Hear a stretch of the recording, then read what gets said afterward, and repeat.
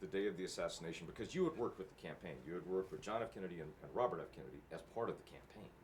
Is that Yes, that's why right. you were in the building? Yes. Paint the atmosphere for me, because he had just won California, which was a big deal, because Hubert Humphrey looks like he has a clear path to the White House, and there must have been electric excitement in the room at the time. It was just exactly that. It was packed. We had just been upstairs. He called Hubert Humphrey up. Hubert, Bobby here. And he said, we just won. He said, we're coming after you. We're coming up to Illinois to get you. And it was just, and they were buddies, but it was fun. And frankly, literally at that point, speech was terrific. At the end of the speech, we had Bill Barry, it was a New York detective, Steve Smith, who's son-in-law, and then Roosevelt Grier, Rayford Johnson, the two football players. We walked. Bobby said, Ethel, you go out on the front entrance. We're going to go out and we'll meet you. We're going to be over there with Frank Sinatra, et cetera, and Peter Lawford for a party that night, and we will meet you. In other words, you go out the front and we'll meet you in back. So he was hoping to get away from the crowds. We walked through there, and hard to believe, I thought it was unreal. It was like Gunsmoke, where I used to watch Gunsmoke. This guy, I didn't even think it was a real gun. He pointed this gun. Bobby knew it instantly. Bobby turned, ducked, and the kid fired several times. One of the bullets caught him right here in the right ear, right down, laying down, bleeding. And of course, Roosevelt, Grier, and Rayford Johnson dove over the top. We should have, frankly, I'll use different language, but we should have killed him right there. But we didn't. And I mean, Rosey Grier was, big man. Yes. Well known at the time. Mm-hmm. Let me take you through a couple things, because there's John F. Kennedy Jr. has asserted that Sirhan was not the only guy with the gun, because you said he turned. Mm-hmm. There was physical evidence that there was powder burns. That's Others right. have said that Sirhan was not close enough to do that, but you saw it. I saw the whole thing. Bobby Kennedy Jr. was not there. All of this stuff about something else, it's people that were physically there. People that were there, my age, where I was very young, all the other people are dead. We had Andy Williams, George Plimpton, and they were crying. They were back here crying. All the people, Bill Barry, everybody, Steve Smith, the brother-in-law, they're all dead. I'm one of the few in this country that was right there. Bobby Kennedy is not right. I saw him. I saw him pull that trigger. Was just absolutely stunned. I loosened Bobby's tie. His mother, Ethel, came in, and then we actually ended up getting him in, trying to get into an ambulance. We went down the elevator. It's just hard to believe. And the ambulance, we wheeled him into the elevator, and the elevator broke. I mean, every damn thing. 26 out. The right hospital was right across the street, directly across the street. Good Samaritan.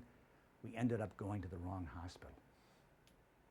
So, I think you've sufficiently put the second gunman theory to rest here. Let me ask you about some of the other things that were going on. Because as I said, as you said, Hubert Humphrey was perhaps the favorite going in.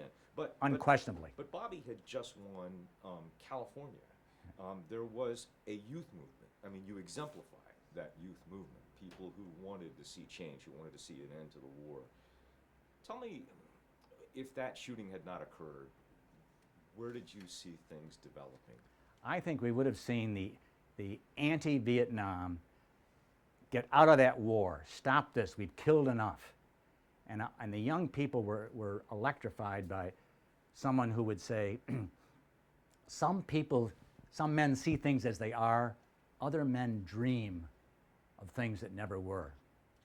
And it's this type of thing. It elevated, just like his brother, being very articulate. And at any rate, I think that storm of winning California all that would have blown across the country. And frankly, I think we would have won.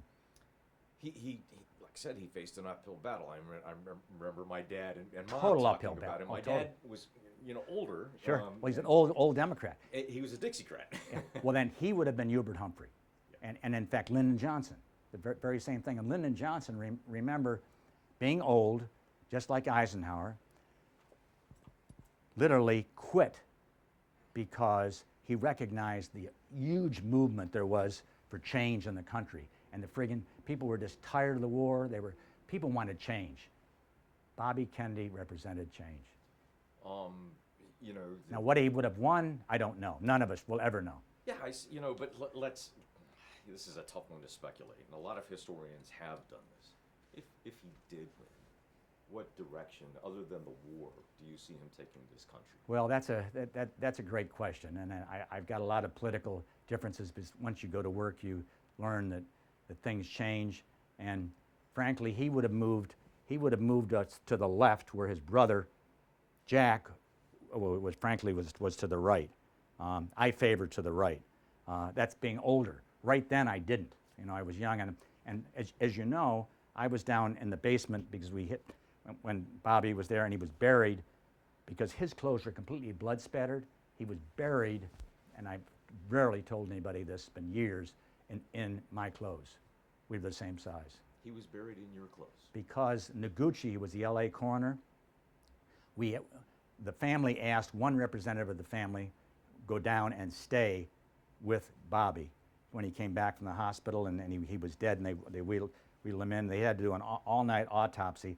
They wanted me to stay there, so I stayed there and then communicated with the family by phone upstairs. And so he was completely, we couldn't even get him into we got him into after the incredible autopsy, which was a terrible thing to see, but his right arm was frozen like this, and we couldn't get him in after a very hard time dressing him, and we couldn't get him into the coffin. So the undertaker was not used to this. Here I am, a 29, 30-year-old kid, and I just said, you don't know the Kennedys. They're going to come in this door with Ethel, Bobby,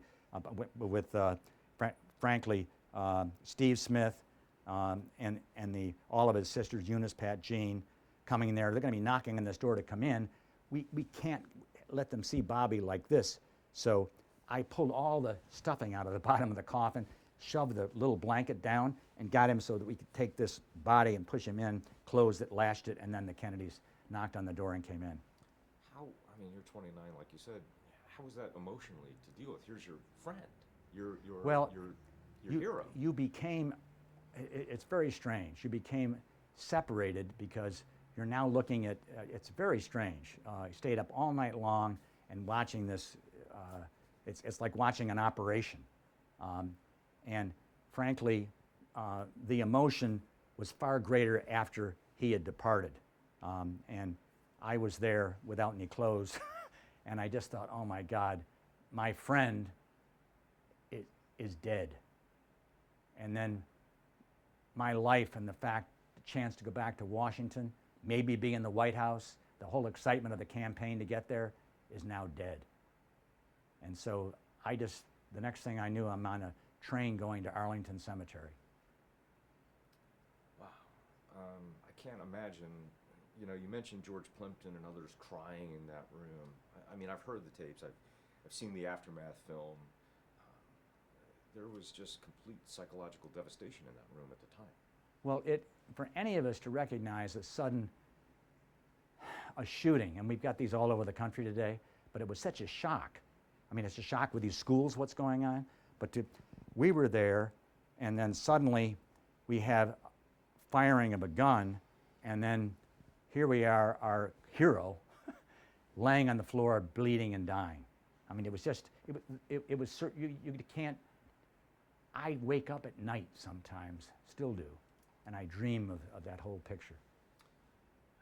You have to admire the courage of people like Rosey Grier to jump forward and to tackle Sirhan.